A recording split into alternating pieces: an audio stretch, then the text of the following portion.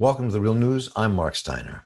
The Real News Network is working in collaboration with the Poor People's Campaign, Food and Water Watch, the Center for Biological Diversity, the Institute for Policy Studies, the Democracy Collaborative, and other organizations to address the issue of the privatization of our water systems, the pollution of our public water, and working to end water and utility shutoffs. As part of that, we're presenting a series of conversations between elected political officials and activists who are pushing to have the U.S. Senate pass a bill that would enact a moratorium against water and utility shutoffs during this COVID-19 pandemic, because those shutoffs threaten people's very lives. Well, it's just one step. We're taking that step together. Today, we hear from Massachusetts Senator Elizabeth Warren and Maria Belén-Power, Associate Executive Director of Chelsea Green Roots, an organization fighting for social and environmental justice in Chelsea, Massachusetts, a community that is majority people of color with a large population of immigrants. COVID-19 has put an unprecedented number of Americans out of work. And because of that, millions of families are experiencing or face the oncoming threat of shutoff of their electricity, their water, their broadband, because they just can't afford to pay for it. That is unacceptable. People need water to be able to fight the COVID crisis and survive. They need electricity for air conditioning and refrigeration as climate-induced heat waves sweep across this country. And they need broadband to be able to go to school or to go to work. And that's why it is that I'm working with Senators Brown and Merkley and Representative Tlaib and Dingell in order to support a nationwide moratorium on utility shutoffs to be part of the next COVID package. The House passed this in the HEROES Act, and now we need the Senate to do the same. I'm joined today by Maria Belén-Power, who is the Associate Director of Chelsea Green Roots. We're going to hear from her about her experience and why a moratorium shutoff is so important to her and to her neighbors in Chelsea and across the Commonwealth. Maria Belén, thank you so much for being here today. I really appreciate it. Thank you for having me, Senator, and thank you for all of your work at the federal level. Thank you. So we know that COVID-19 has devastated our country on so many fronts. Can you just tell me a little bit about the challenges that people in Chelsea and East Boston have been facing with utility bills, especially during this COVID-19 era? Absolutely. The story of environmental justice communities is very similar across the country. Our residents have been at the front lines as essential workers. 80% of Chelsea residents and the workforce are considered essential workers. And so we have been putting our lives and our health on the line for the livelihood, really, of our economy and our state. And so we have been bearing the brunt of some of the highest, if not the highest in the entire state when it comes to Chelsea, of infection rates. We have 7 times the state average of infection rates in Chelsea. And we know that that's due to social determinants of health. And that's creating huge consequences when it comes to economic stability. Folks have not been able to pay rent, have not been able to buy food, and now they're struggling with utility bills. And so we need a moratorium that's going to provide stability for our communities, the most vulnerable in the state and across the country. Yeah. So it's clear there's been a lot that's hit Chelsea and East Boston and a lot of other communities around Massachusetts. Can you just say a word about why it is so important that families have access to water and electricity and broadband right now? Honestly, when it comes down to it, it's about human rights. It's about having access to clean drinking water. It's about having access to electricity. Chelsea is projected to be one of the communities in the state that's going to be the hottest this summer. And we cannot afford folks to not have access to electricity, to turn on their ACs, to go to cooling centers. This is about public health, and it's about the livelihood of our most vulnerable residents, our seniors, low-income folks, communities of color. And so it really comes down to human rights, including broadband. Now we're seeing the power and the importance of access to internet. We have entire low-income families who are relying on internet so that their children can have the basic need of education. And that is a human right. Access to electricity, access to water, access to now internet in this COVID-19 context are a matter of human rights. You know, our country has been rocked by the deaths of George Floyd and Breonna Taylor and Ahmaud Arbery and the deep-seated need for systemic racial and social change in this country. How does utility justice intersect with our fights for racial and economic justice? What does this look like on the ground in the communities that you work to organize?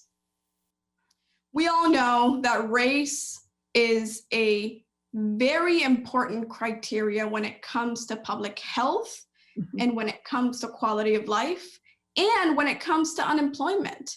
Black and brown communities are having higher unemployment rates across the country in this COVID-19 context. And because of unemployment, because of these disparate impacts on Black and brown communities, we are having the highest rates of unemployment, and we are therefore unable to pay for the basic necessities.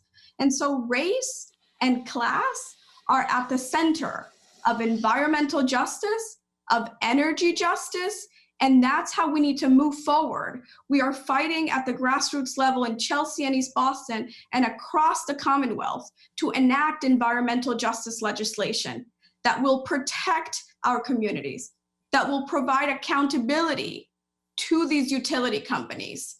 And moving forward, we will have further protections. So in the next crisis, whether it be a pandemic or whether it be a climate crisis, we have protections for the most vulnerable communities, low-income communities, communities of color, and communities who experience language isolation. So we're working with a broad set of partners and allies across the Commonwealth to enact environmental justice legislation moving forward.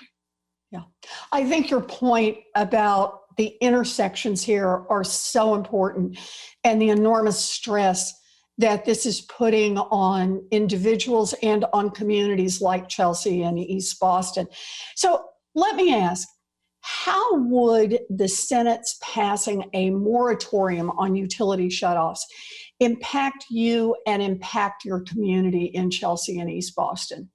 Communities across the Commonwealth are experiencing some of the worst economic instabilities.